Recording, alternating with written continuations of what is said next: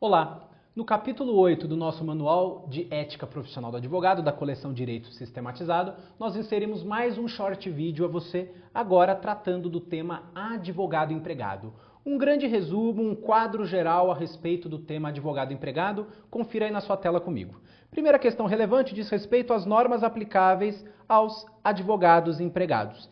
E sobre o regramento aplicável, nós temos as normas de aplicação principal e as normas de aplicação subsidiária. Dizemos que, no tocante ao advogado empregado, o regulamento ou o regramento específico vem previsto tanto no Estatuto da OAB, quanto no Código de Ética e também no Regulamento Geral. Já em caráter subsidiário ou supletivo, nós vamos aplicar, obviamente, a legislação trabalhista, a CLT e também outros diplomas legais que regulem as relações trabalhistas. Voltando aqui comigo. Então, geralmente, quando eu lecionando, os alunos me perguntam, professor, mas quais são as normas que se aplicam ao advogado empregado? Afinal, o advogado empregado é um empregado. E empregado ou a relação de emprego é algo estudado em direito do trabalho. E a resposta é a seguinte: de forma principal, ou as normas de aplicação principal e imediata, nós temos todos os regramentos previstos na legislação de ética profissional, quais sejam o Estatuto da OAB, o Código de Ética e também o Regulamento Geral. Mas não podemos nos esquecer que o advogado empregado é um empregado regido pela CLT. Portanto, tudo aquilo que não estiver previsto especificamente no Estatuto, no Código de Ética e no Regulamento Geral, nós vamos buscar subsidiariamente a aplicação da legislação trabalhista comum, da CLT e também de outros diplomas normativos envolvendo as questões trabalhistas. Outro aspecto interessante que diz respeito ao advogado empregado é a subordinação.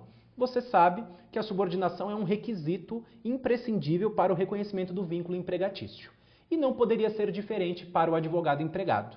Como eu disse, o advogado empregado é um empregado, embora com um regramento específico.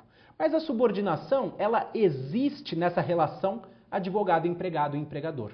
Só que a subordinação, ela é dita mitigada ou atenuada. O advogado empregado se subordina sim ao empregador, mas uma subordinação mitigada ou atenuada que nós extraímos da leitura do artigo 18 do Estatuto da OAB.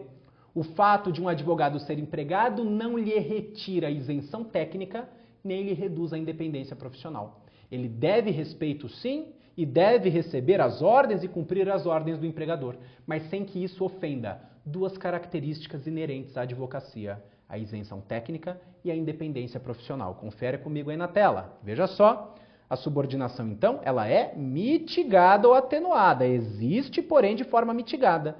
Já que a relação de emprego, como eu lhes disse, não retira a isenção técnica do advogado empregado, nem lhe afasta ou reduz a independência profissional. Voltando aqui comigo, então, mais um aspecto relevante a respeito do advogado empregado. Outra questão relevante diz respeito ao salário mínimo profissional ou ao piso salarial. É isso mesmo, o advogado empregado também tem piso salarial ou salário mínimo profissional.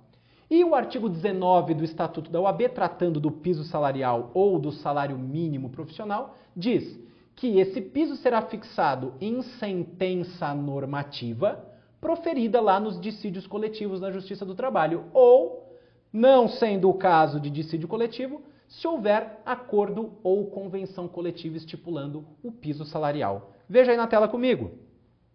O piso salarial será fixado em acordo ou convenção coletiva ou, não havendo essa convergência de vontade entre advogados, empregados, sindicato ou empresas, será necessário que o Poder Judiciário Trabalhista seja chamado a intervir, proferindo uma sentença normativa. Tá certo? Voltando aqui comigo. Então, o piso salarial de advogado empregado existe? Sim. Como ele é fixado? Por sentença normativa, salvo se houver acordo ou convenção coletiva. Outro detalhe diz respeito à jornada de trabalho do advogado empregado. Confere aí na tela comigo. Jornada de trabalho. O artigo 20 do Estatuto da OAB e também o artigo 12 do Regulamento Geral tratam da jornada de trabalho do advogado empregado. E a regra é a seguinte: a jornada de trabalho de um advogado empregado será de 4 horas diárias contínuas e 20 horas semanais salvo se existir acordo ou convenção coletiva dispondo uma jornada diferente ou se houver dedicação exclusiva. Voltando aqui comigo. Então veja, qual a jornada de trabalho de um advogado empregado?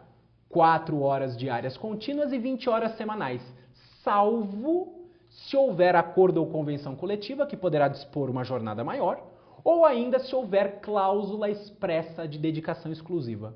Se no contrato de trabalho do advogado empregado constar cláusula de dedicação exclusiva, diz o Regulamento Geral no artigo 12, a jornada de trabalho não poderá ser superior a 8 horas. Se superar 8 horas, o advogado empregado fará jus à hora extra, ok? Voltando na tela.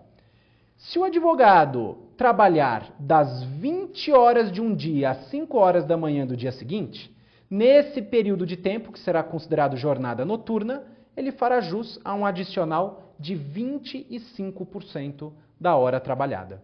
Trabalhou em jornada noturna, que se reputa do período das 20 horas de um dia às 5 da manhã do dia seguinte, faz jus adicional noturno de 25%. Voltando aqui comigo, cuidado com pegadinha, porque o adicional noturno da CLT é de 20%.